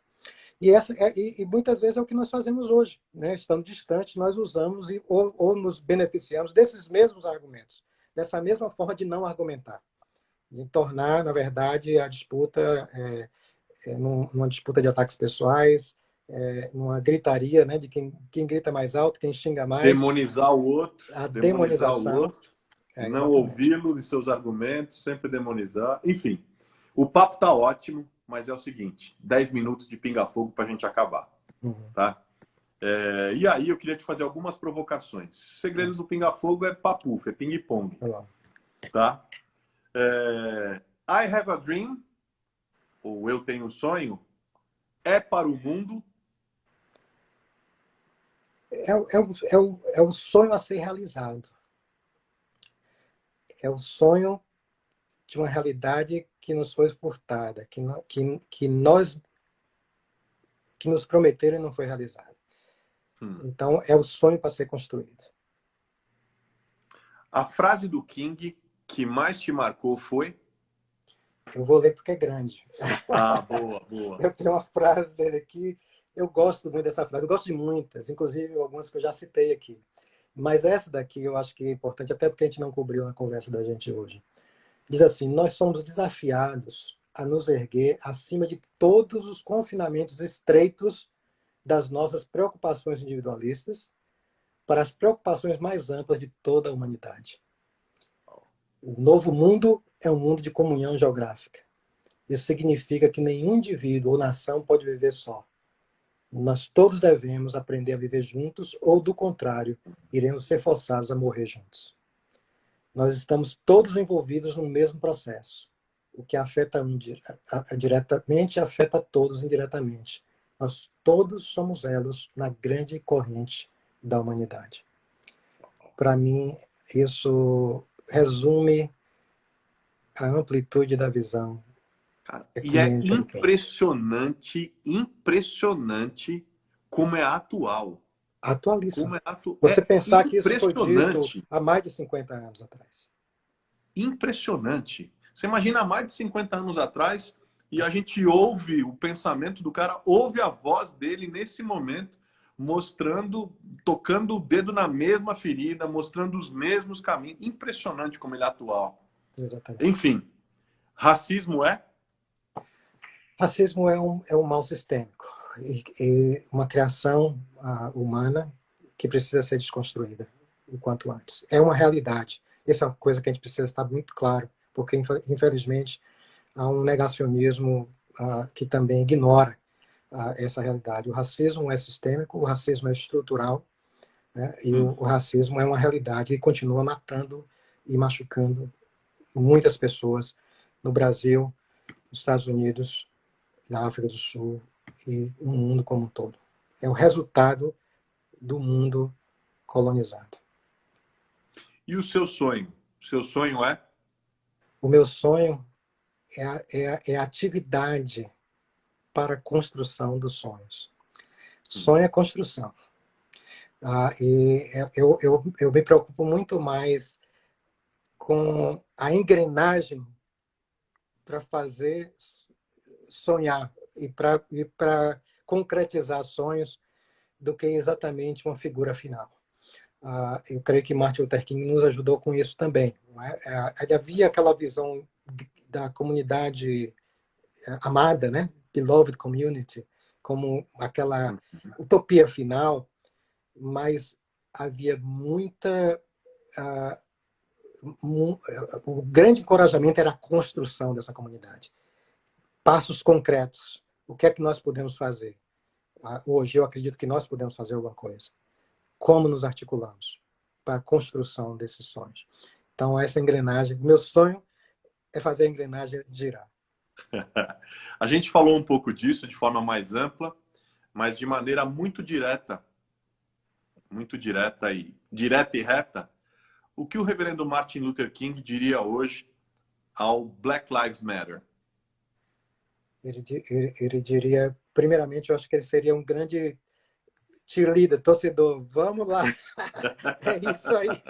Porque ele veria isso como a continuidade e a renovação, não é? A atualização, melhor dizendo, do movimento. E ele os ajudaria a enxergar para além deles próprios, para enxergar a realidade do depois. Ele apontaria para esse sonho maior, para a construção de algo mais amplo. Agora, a gente falou sobre o que ele diria para o Black Lives Matter. Uhum. E o que ele diria para a sociedade sobre o Black Lives Matter? Ele diria como o mesmo que ele disse na época, você precisa ouvir, né? A grande preocupação dele, até naquele uso de imagem, na dramatização do sofrimento, era sensibilizar a sociedade, principalmente aqueles que estavam em lugar de privilégio, para ouvir aqueles que estavam gritando de dor, para os que estavam sofrendo, para os que estavam sistematicamente sentindo dor. O Black Lives Matter também é um grito e que precisa ser ouvido, acima de tudo ouvido. Acontece com Black Lives Matter o mesmo que a gente estava falando sobre King. há uma tentativa de se desconstruir antes de se ouvir. Né? Há uma tentativa, por exemplo, de se transformar esse movimento num movimento de agitadores e baderneiros e violentos que estão querendo destruir o nosso patrimônio.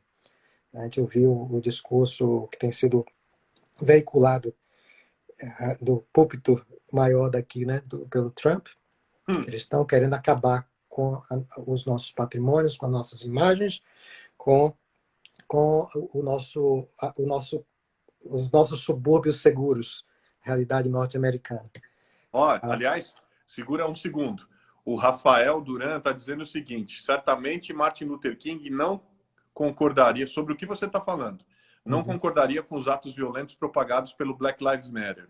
E o Naor Instagram está dizendo, indo mais ou menos na mesma linha, ele falaria com uma ressalva: não violência. Ele certamente priorizaria a não violência, mas lembre que quando ele foi a Chicago, né, e quando ele viu a situação em que as pessoas pobres estavam vivendo em Chicago e os riots que estavam acontecendo, ele não os condenou. Ele chamou a atenção da sociedade para as condições em que aquelas pessoas estavam vivendo. Para King, a não violência era uma filosofia de vida e ele abraçou num determinado momento como uma filosofia de vida. Mas ele em nenhum momento ele condenou as pessoas que estavam sendo pisadas. Vamos lembrar do George Floyd, vamos lembrar do joelho no pescoço, né? O joelho no pescoço. Por que essa imagem afetou tanto a gente aqui? Porque essa imagem está sendo ainda tão viva em meio a tudo que nós estamos vendo? Porque ela não foi uma imagem singular. Porque ela é uma imagem simbólica de um joelho no pescoço há séculos. Né? E por isso aqueles 9 minutos se tornaram vários séculos. E por isso todo mundo sentiu. Quando o John Lewis fala sobre aquilo, ele diz que ele chorou. E ele falou até quando.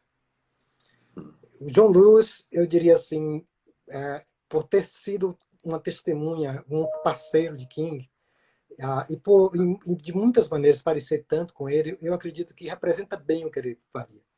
John Lewis foi uma pessoa que buscou sempre a via não violenta, a via do perdão. Ele perdoou o cara da KKK que quebrou a cabeça dele, que ele tinha uma marca, uma fissura na cabeça até morrer, né? Daquela pedrada, do cacetete que tomou na ponte. Que foi uma imagem, que também foi uma imagem que se tornou emblemática. Ficou muito. Mas quando essa pessoa se arrependeu e veio a ele foi capaz de perdoá-lo, porque também ele acreditava nessa construção maior e nessa centralidade do amor. Mas ele também não condenou o Black Lives Matter. Mais ainda, o Black Lives Matter não é um movimento violento. Não é um movimento, não tem ninguém armado na rua. Né? Não tem ninguém atirando contra ninguém. Pelo contrário, existe um movimento violento aqui chamado Bugalu. Você já ouviu falar? Sim. Mas muita gente não viu. Não chega na mídia, normalmente. O Bugalu, sim, é um movimento... verdade, né? O Bugalu não é um movimento que está tendo...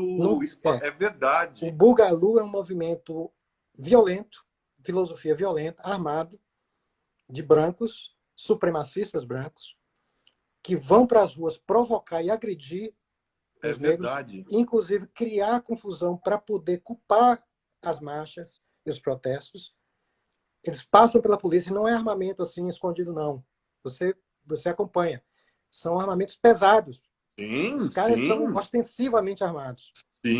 Sim. São agressivos, provocadores. E a mídia aqui ou aí não vive dizendo são movimentos violentos, perigosos, que precisam ser contidos. Pelo contrário, o segundo amendment é sempre invocado para proteger o direito deles andarem armados. Então, essa questão de quais lentes nós estamos usando, de que informações nós estamos obtendo para poder pensar, imaginar o outro. Eu faria um apelo, então, como foi o nome dele, Rafael e outras pessoas, né, que tiveram aí. O Rafael e o Naor. não, eu faria um apelo. O apelo é o seguinte: eu vou fazer o apelo do Levinas, do Emmanuel Levinas. O Emmanuel Levinas foi um filósofo lituano, francês, judeu, que desenvolveu uma filosofia do rosto, né, da alteridade. E ele tinha tanta reverência pela vida que ele dizia assim: antes da gente poder abrir a boca para conceituar o outro, totalizar o outro dentro de um conceito, dizer alguma palavra sobre o outro, a gente precisa ficar em silêncio, olhando para a face do outro. Porque a face do outro já fala alguma coisa para a gente. E a primeira coisa que a face fala para a gente é: eu sou humano. Não me mate. Não me agrida. Né? É o ver da humanidade do outro. É a ética que vem antes da filosofia. Né? É a empatia que vem antes do falar, do conceituar. Eu acredito que a gente precisa desenvolver um pouquinho mais dessa prática para ouvir mais, ler mais, buscar mais informações antes da gente conceituar certos movimentos, principalmente quando a informação, eu sei, ainda é muito limitada, né, para a gente. Boa.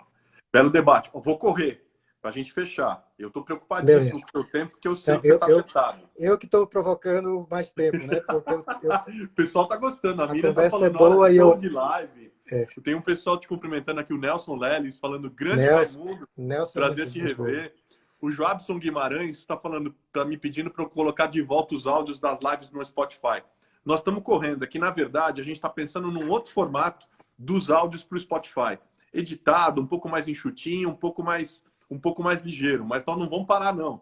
Toca o pau. Para quem não sabe, as lives também são disponibilizadas em formato de podcast, nas plataformas Deezer e Spotify. É só você digitar Carlos Bezerra JR lá. Bom, voltando aqui com o professor Raimundo.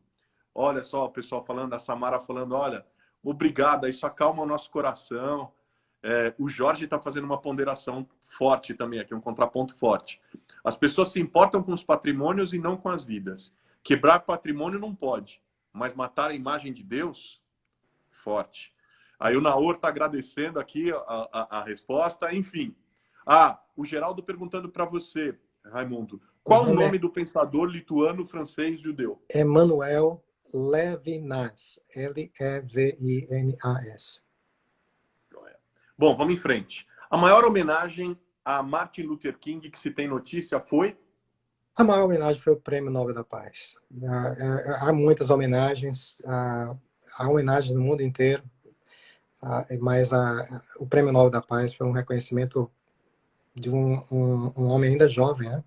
35 anos de idade, pela coragem do trabalho. Uma pessoa que acompanhava, uma pessoa do norte, que foi visitá-lo e ficou impressionadíssimo com ele, quando ele estava ainda com 27 anos, disse assim, ele voltou da visita dizendo assim, eu nunca me impressionei tanto com alguém.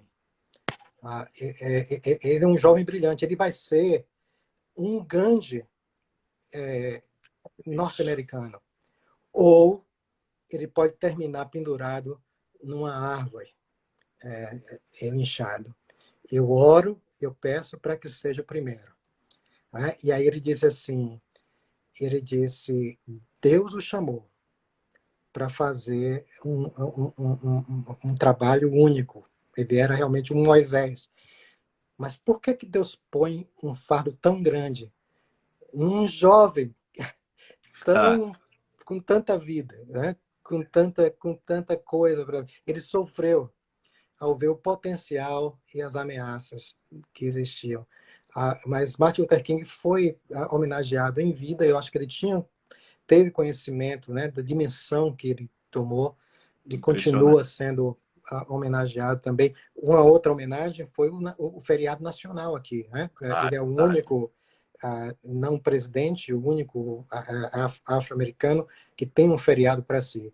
E a ironia foi que quem acabou tendo que declarar esse feriado foi Ronald Reagan, que como governador da Califórnia odiava o King, né? Então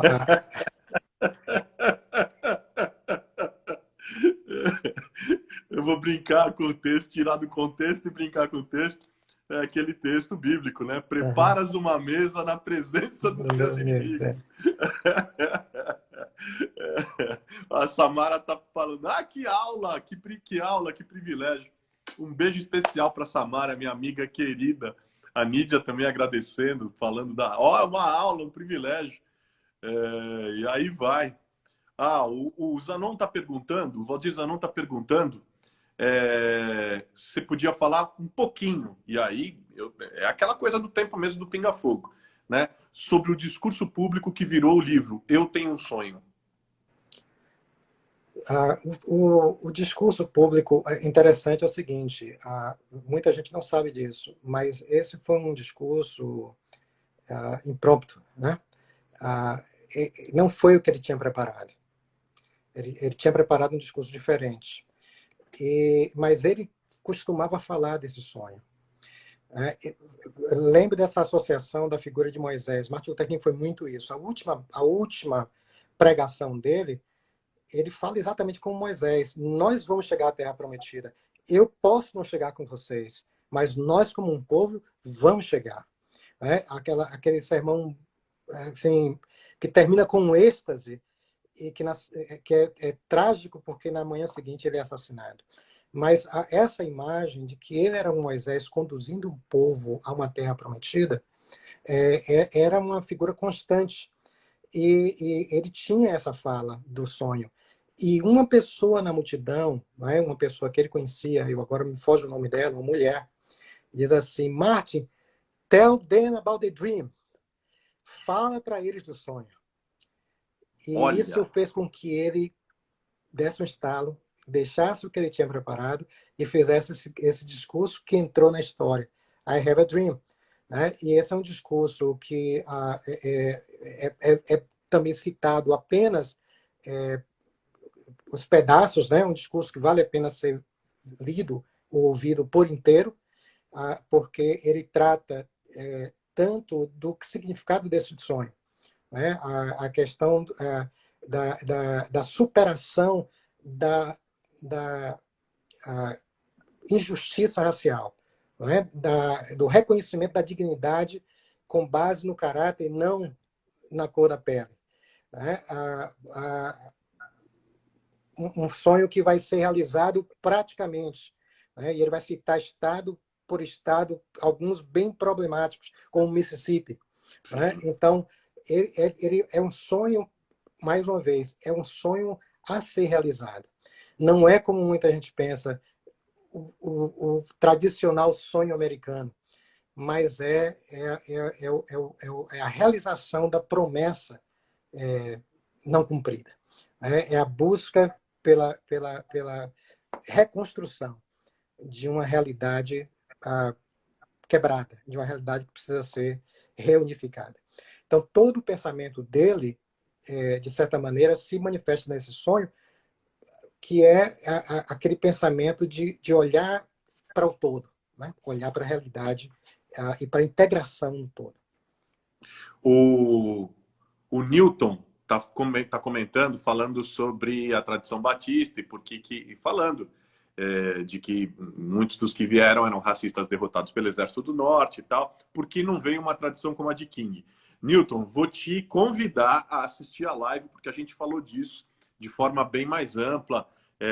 O professor Raimundo discorreu sobre isso de uma maneira muito bacana e que elucidou. O Robertinho Cachoeira, fantástico. Obrigado por um conteúdo tão contemporâneo. Pessoal agradecendo aqui. Novamente o Jorge falando com o Raimundo César. Tem um dos melhores textos sobre Luther King Jr. e teologia pública, revista Episteme. E por aí vai. Deixa eu te perguntar, aqui, ainda no Pinga Fogo.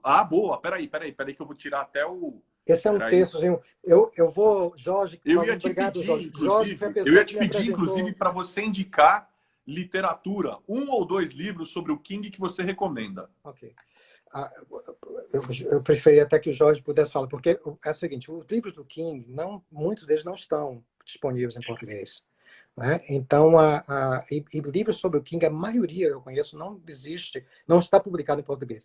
E eu tenho que dizer que eu estou há 10 anos fora do país, então eu não sei se alguma coisa surgiu recentemente que, desses livros, alguma dessas traduções, ou algum livro significativo. Se o Jorge souber, pode colocar agora.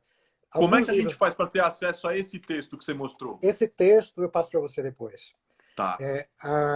e aí você pode disponibilizar. É isso que eu ia fazer, Eu vou disponibilizar. fazer uma atualização desse texto e vou pôr num livro Tá. que vem aí, porque esse texto foi escrito quando eu era um Opa. estudante, ainda foi Opa. 2001, 2002. Mas eu acho que ele tem muita coisa, e agradeço a Jorge pela lembrança. E eu vou dizer o seguinte: o livro dele, por exemplo, é, Stride Towards Freedom, é Caminho para a Liberdade. Eu acho que foi essa. Esse livro foi traduzido pela Paz e Terra, né, na década de 60, 70. Né?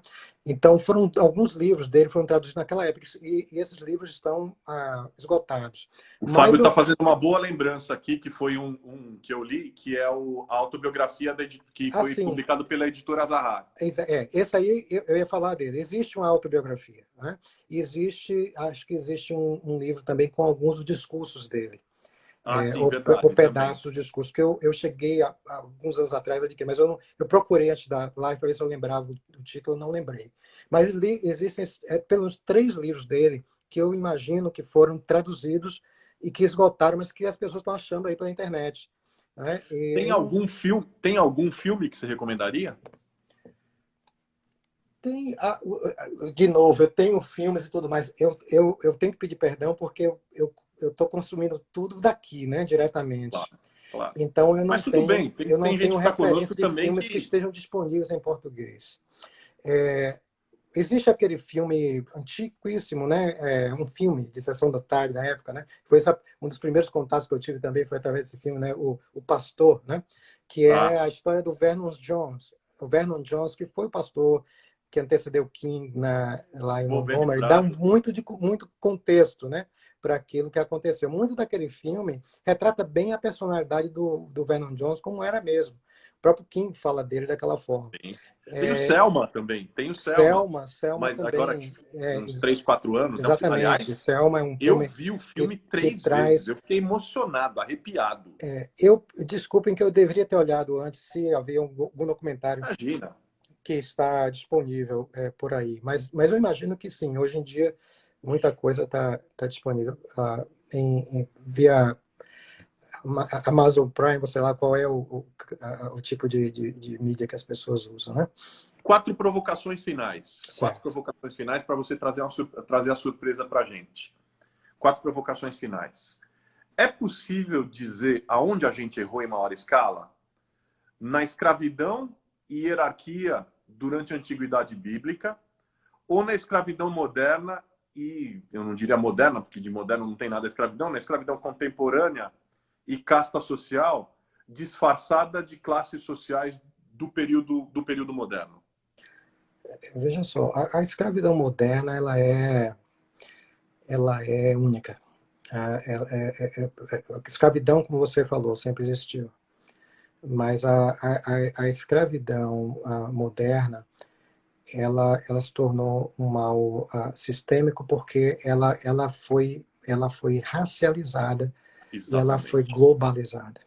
Exatamente. E muito do que você falou como escravidão contemporânea ainda é resquício Perfeito. dessa ordem colonial. Né? Eu diria que é uma atualização de É uma metodologia. atualização. A gente fala o seguinte, eu não quero ficar usando muito jargão aqui, mas a gente fala o seguinte, que a colonização se foi, mas os instrumentos de dominação que se formaram permaneceram, o que se chama de colonialidade. Né? E esses instrumentos são exatamente essas hierarquias que permanecem informando a ordem, né? E prendendo, empurrando pessoas, certos tipos de pessoas. Isso é importante saber. Que alguém diz assim, aqui nos Estados Unidos fala muito isso, que aqui você, para saber quem é alguém, a coisa mais importante para saber quem é alguém é saber em que zip code essa pessoa nasceu, onde é que ela mora, onde é que ela nasceu, qual é o CEP. Né? Então, quer dizer, isso é o que determina quem é quem vai aonde, quem acessa o quê. Né? E isso não é uma ordem, simplesmente não é uma ordem nova. Isso é um resquício de uma ordem velha. Né? Isso é uma nova face ou novas faces de uma ordem que ainda está aí, com a qual a gente precisa lidar, que a gente precisa enfrentar, que tem várias faces. E uma dessas faces foi a segregação no sul dos Estados Unidos, mas outra dessas faces está na atualidade, né? Da racialização da pobreza, da feminização da pobreza, né? Do racismo Do estrutural. racismo estrutural, né? Da forma como nós ainda lidamos, percebemos uns aos outros. Boa. O Jorge está fazendo uma lembrança bem bacana de um livro super importante para quem quer falar sobre o tema, gente. Eric Williams, Capitalismo e Escravidão. Boa Beleza. lembrança, Jorge. Muito bom, Jorge. Ótima Excelente. lembrança. Eu tenho uma E cópia lembrou dele também do aqui. documentário. Eu O nem sabia que esse documentário livro estava clássico do disponível em King português. está no Now. Está no Now, na plataforma do Now, que é um documentário também bem bacana. Olha só quem está aqui. Kenner Terra, salve, mestre! Mandando muito bom, amigos, muito bom. Grande Kenner. Bom, eu falei, as 4 provocações finais, né? Obediência ou desobediência civil?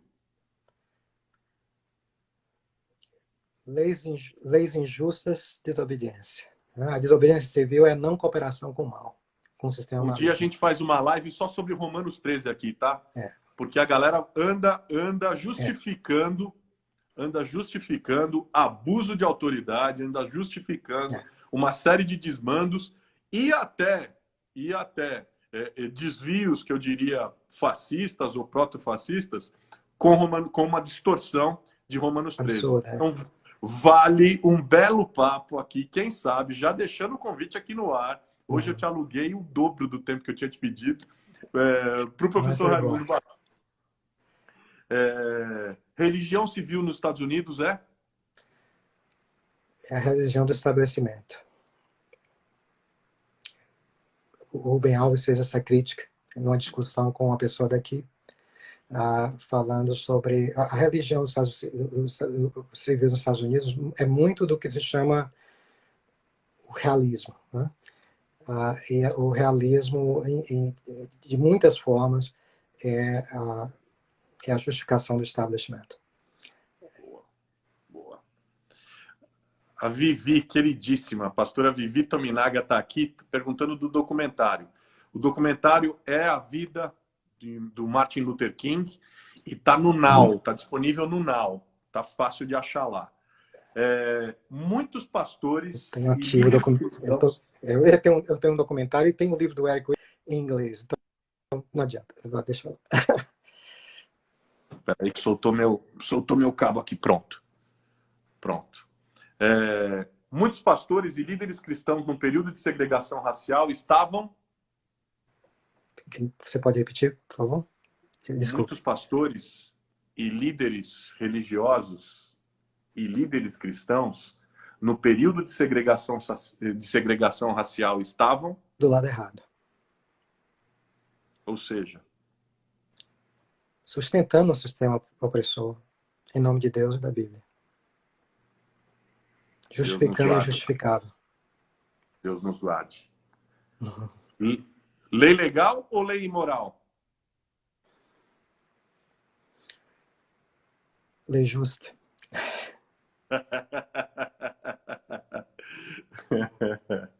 Bom, chegamos ao final. Queria te agradecer imensamente. E o final a gente sempre deixa para o convidado, para a convidada, trazer uma surpresa para a gente. E aí, na liberdade de você deixar... Aliás, eu queria deixar 2 desafios para você. Trazer uma surpresa e eu queria que você deixasse também para a gente uma sugestão de um ícone da esperança a ser tratado, a ser resgatado, a ser, enfim, dialogado nas lives aqui nos próximos dias. Né, dentro daquilo que você acha importante. E dentro daquilo que você acha que vale a pena, né, você deixar aí uma surpresa final para essa estreia do Ícones da Esperança. Okay. Eu vou, como sugestão, há tantas, né, mas eu vou citar uma bem conhecida também, que eu acho que debate também muitas dessas questões, mas num outro foco, num outro olhar, que é o Bonhoeffer, né? O Dietrich Bonhoeffer. Boa. E a minha surpresa, na verdade, vai ser, eu vou ler um verso que está nesse texto que o Jorge falou. O Jorge acabou fazendo uma surpresa por mim, né? Porque foi uma boa lembrança, excelente lembrança. Esse texto, na verdade, eu acho que eu até pus no academia.edu, mas eu vou mandar também para você, você disponibiliza quando você quiser. E esse texto vai surgir numa versão mais atualizada, como parte de um livro. Mas nesse texto eu cito a poesia do Carl Wendell Hymes Jr., que é citada num livro do Vincent Harding, chamado Martin Luther King, o Herói Inconveniente, ou Um Herói Inconveniente, Inconvenient Hero.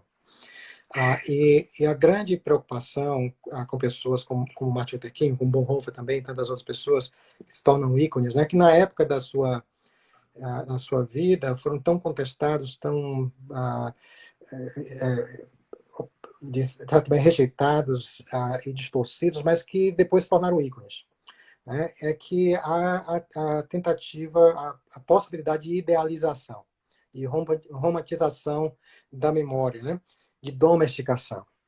Então, a grande questão que tanto o Vincent Harding como o Cornel West tem um livro recente chamado The Radical King. Né? Sim, eu tenho. Você tem um acredita livro, que eu esse tenho? livro é fantástico. Foi o melhor orador que eu vi e ouvi em toda a minha vida. Cornel West ele é o como o próprio cara. King. Ele tem uma memória fotográfica. Então, era a única pessoa que eu via na Academia Americana de Religião ir para uma plenária sem nada na mão. Né? E fazer e pintar um quadro com palavras. King era assim. King, ele preparava o sermão dele, escrevia tudo, como é o costume aqui, né? Aí deixava na cadeira, levantava e pregava o sermão inteiro, né? O Cornel West é dessa linha, né? Maravilhoso. Então, maravilhoso. o Cornel West mostra esse lado, né? Que é um lado, ele diz assim, o King mais relevante é o King, é o Radical King, é esse King que se opõe ao Vietnã, é esse King que luta com a falta de esperança, é esse King que se aproxima do Malcolm X, esse King que questiona, que problematiza suas próprias perspectivas. Né? E o risco é sempre da gente sanitar, como é que deixar ascético, tornar a memória dele ascética, limpar, né? Tem uma memória fácil de ouvir. Então, ele cita esse poema diz assim, ele está nesse texto, ele diz assim, agora que ele está seguramente morto, vamos elogiá-lo. Vamos construir monumentos para sua glória e cantar hosanas ao seu nome. Homens mortos são os heróis tão convenientes. Eles não podem se levantar para desafiar as imagens que são forjadas a partir de suas vidas. Além do mais, é bem mais fácil construir monumentos do que tentar construir um mundo melhor. Portanto, agora que ele está seguramente morto, nós, com as nossas consciências aliviadas, iremos ensinar aos nossos filhos que ele foi um grande homem, sabendo que a causa pela qual ele viveu ainda é uma causa, e que o sonho pelo qual ele morreu ainda é um sonho de um homem morto. Uau! Uau! Nossa, fenomenal, fenomenal. Raimundo querido, professor Raimundo Barreto, eu queria fazer um agradecimento especial pela honra de ter tido você aqui, quase que o dobro do tempo que a gente tinha combinado. Obrigado pelo carinho, pela dedicação, por compartilhar com a gente tanta coisa boa, enfim, mensagem de esperança de um ícone de esperança. Eu quero sinceramente fazer o agradecimento, dizer que eu estou aqui. Eu sempre estou dizendo, né? Eu falo, gente, eu aqui, eu sei que vocês estão participando, estão juntos, todo mundo acaba ganhando muita coisa, todo mundo acaba, enfim, tendo insights, mas olha, eu acho que a pessoa mais beneficiada nesse negócio todo sou eu. Obrigado pela aula, obrigado pela inspiração, obrigado pelo resgate histórico e, fundamentalmente, muito obrigado por trazer de volta o legado espiritual desse grande profeta do nosso tempo, chamado Reverendo Martin Luther King Jr. Obrigado de coração mesmo. Eu agradeço. Para mim, Muito bom te ver, muito bom te ouvir também, participar para mim é um bate-papo e um tema tão importante, né? E a minha, eu vou deixar como uma palavra final o desejo, né, que essa conversa gere mais conversas entre as pessoas que Boa. estão participando em suas casas, que está todo mundo em casa, ou nos seus grupos de debate, de bate-papo. Martin Luther King, ele queria, acima de tudo, ser um dos propulsores de uma revolução moral, né? Uma revolução de valores. Ele acreditava que um dos males principais da nossa sociedade é que nós vivemos numa sociedade, num mundo orientado para as coisas, e que a gente precisava reconstruir um mundo orientado para pessoas. Boa. E esse é o desafio, né? É a gente debater, a gente conversar, a gente pensar, a gente orar, a gente construir formas práticas de formar comunidades e realidades voltadas para pessoas, orientadas Muito para bom, pessoas. muito bom. Raimundo, muito obrigado. Queridos, queridas, cada um de vocês, tem gente falando que chegou agora, como o Cristiano. O Cristiano não tem problema. A live fica gravada, tá lá no canal do YouTube que vocês precisam se inscrever. youtube.com/Carlos Bezerra JR oficial, tá bom? Gente, obrigado, Jorge, pela ajuda aí, pelo Obrigado, suporte, hein? Jorge. Raimundo, Nelson, muito obrigado. Beijo para você, para a beijo também. família. Um beijo para todos vocês. Na quinta tem Ícones da Esperança de novo. E aí é John Wesley, o nosso convidado. Amanhã tem Raquel Novaes. Beijo para todo mundo. Até amanhã. Tchau, pessoal. Tchau, Carlos. Tchau, Prazerzão. Raimundo. Beijão. Prazerzão. Se cuida. Você Obrigado. também. Tchau.